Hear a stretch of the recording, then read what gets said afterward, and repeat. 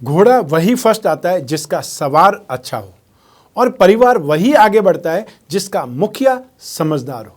समझनी है जिंदगी तो पीछे देखिए, जीनी है जिंदगी तो आगे देखिए।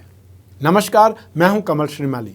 आप सभी का स्वागत करता हूं आपके अपने चैनल में और हमारे जीवन को सबसे अधिक प्रभावित करने वाले बृहस्पति के कुंभ राशि में वक्री होने के प्रभाव के इस विशेष एपिसोड में।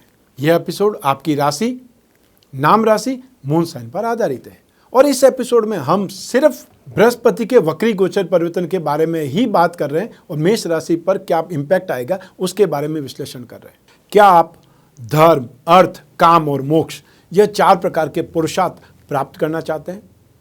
यदि हाँ, तो यह एपिसोड आपको राह दिखा सकता है। कैसी विचित्र स्थिति है कि शुक्र दैत्य गुरु है और बृहस्पति देव गुरु है। इनमें शुक्र संपत्ति का भोग व बृहस्पति धन प्राप्ति के कारक हैं, लेकिन है दोनों परस्पर शत्रु। दोनों की श्रेष्ठता हो तभी व्यक्ति पैसा कमा करके उसका उपभोग कर सकता है, संग्रह कर सकता है। जन्म कुंडली में इन दोनों ग्रहों अर्थात बृहस्पति और शुक्र का सूर्य और चंद्रमा से अच्छा संबंध हो या इन पर दृष्टि हो तो व्यक्ति जीवन में पर्याप्त मात्रा में धन संपत्ति संग्रह कर सकता है। और इसी कारण से शुक्र चंद्रमा का संबंध लॉटरी योग बनाता है तो बृहस्पति और चंद्रमा का संबंध गज केसरी योग बनाता है। बृहस्पति फर्स्ट, फिफ्थ, 9th और 10th भावों के अर्थात 4 भावों के कारक ग्रह हैं। इन 4 भावों में स्थित बृहस्पति व्यक्ति को धर्म, अर्थ, काम और मोक्ष यह 4 प्रकार के पुरुषार्थ प्रदान करते हैं। एजुकेशन, मैरिड, संतान, धर्म, धन और परोपकार। जीवन के इन महत्वपूर्ण विषयों पर, सेक्टर्स पर बृहस्पति देव का अधिकार है। इन पक्षों से संतुष्ट व्यक्ति निसंदेह भाग्यशाली माना जाता है, भाग्यशाली होता है। बृहस्पति के कुंभ राशि में वक्री होने से, जो कि 20 जून 2021 को होने वाले हैं, मिथुन राशि को पंचम दृष्टि से, सिंह राशि को सप्तम दृष्टि से और अपनी 9वीं दृष्टि से तुला राशि को दृष्टिपात करेंगे।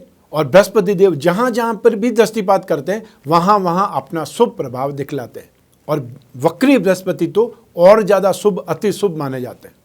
20 जून 2021 को बृहस्पति वक्री हो जाएंगे, कुंभ राशि में चलते चलते वक्री हो जाएंगे तथा 18 अक्टूबर तक वक्री ही रहेंगे।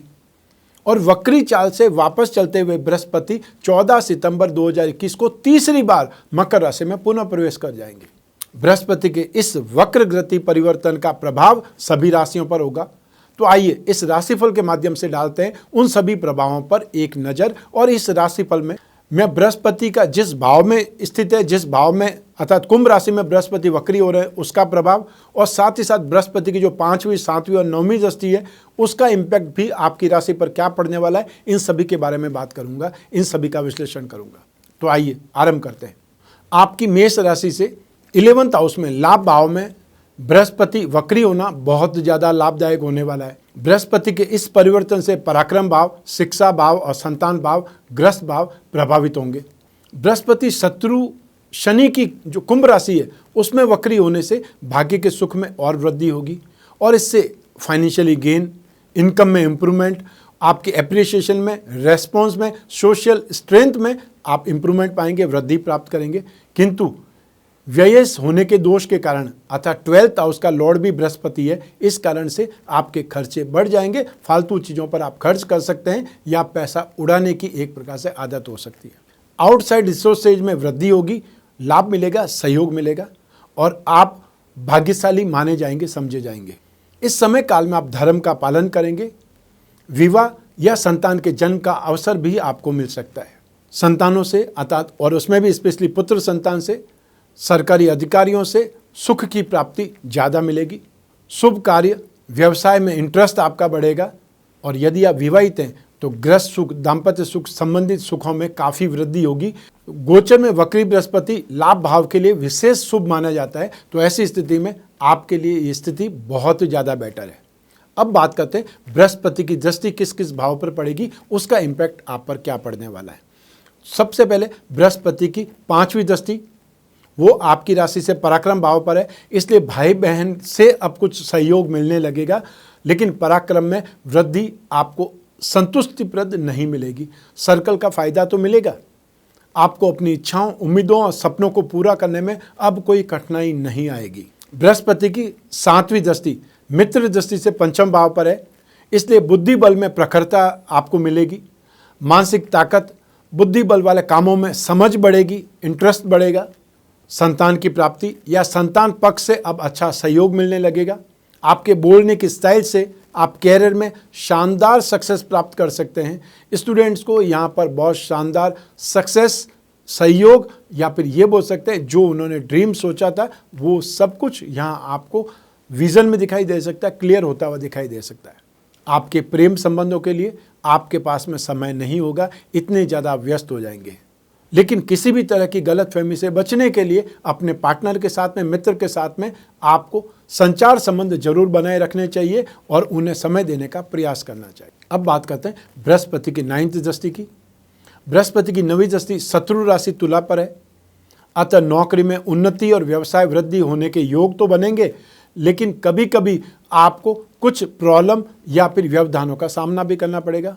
लेकिन कभी कभी कुछ विशेष उन्नति और तेजी भी कार्य व्यवसाय में दिखाई देगी, अर्थात अनएक्सपेक्टेड गेन और अनएक्सपेक्टेड प्रॉब्लम दोनों ही आपके हिस्से में आएगी। रोजगार तो चलेगा और कामकाज भी चलेगा। गृहस्थ सुख में उत्तम सुखों की प्राप्ति होना निश्चित है। भोग विलास, वैभव विलास के साधन, खाने पीने के सभी साधन आपको प्राप्त होंगे। विवाहित जातक यदि अपने परिवार का विस्तार करना चाहते हैं तो यह उचित समय है। वक्री बृहस्पति विशेष शुभ है, स्वास्थ्य के लिए यह समय अनुकूल है।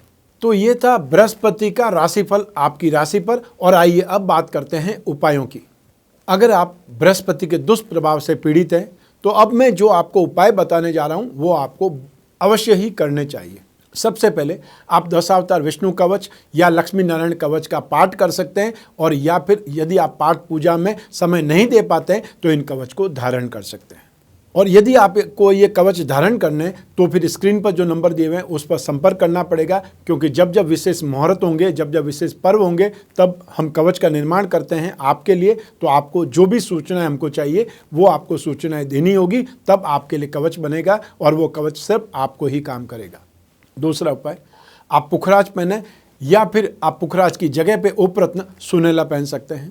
बृहस्पति जो ग्रह उसके यंत्र की अंगूठी बना करके धारण कर सकते हैं, या जो पेंडल पहनना चाहते हैं वो बृहस्पति ग्रह के यंत्र के साथ में पुखराज या सुनेला जो भी सामर्थ्य है उसके अनुसार जड़वा करके धारण कर सकते हैं। बृहस्पतिवार को ये पेंडल या अंगूठी पहननी चाहिए और बृहस्पतिवार को सूर्योदय से 1 घंटे के अंदर अंदर।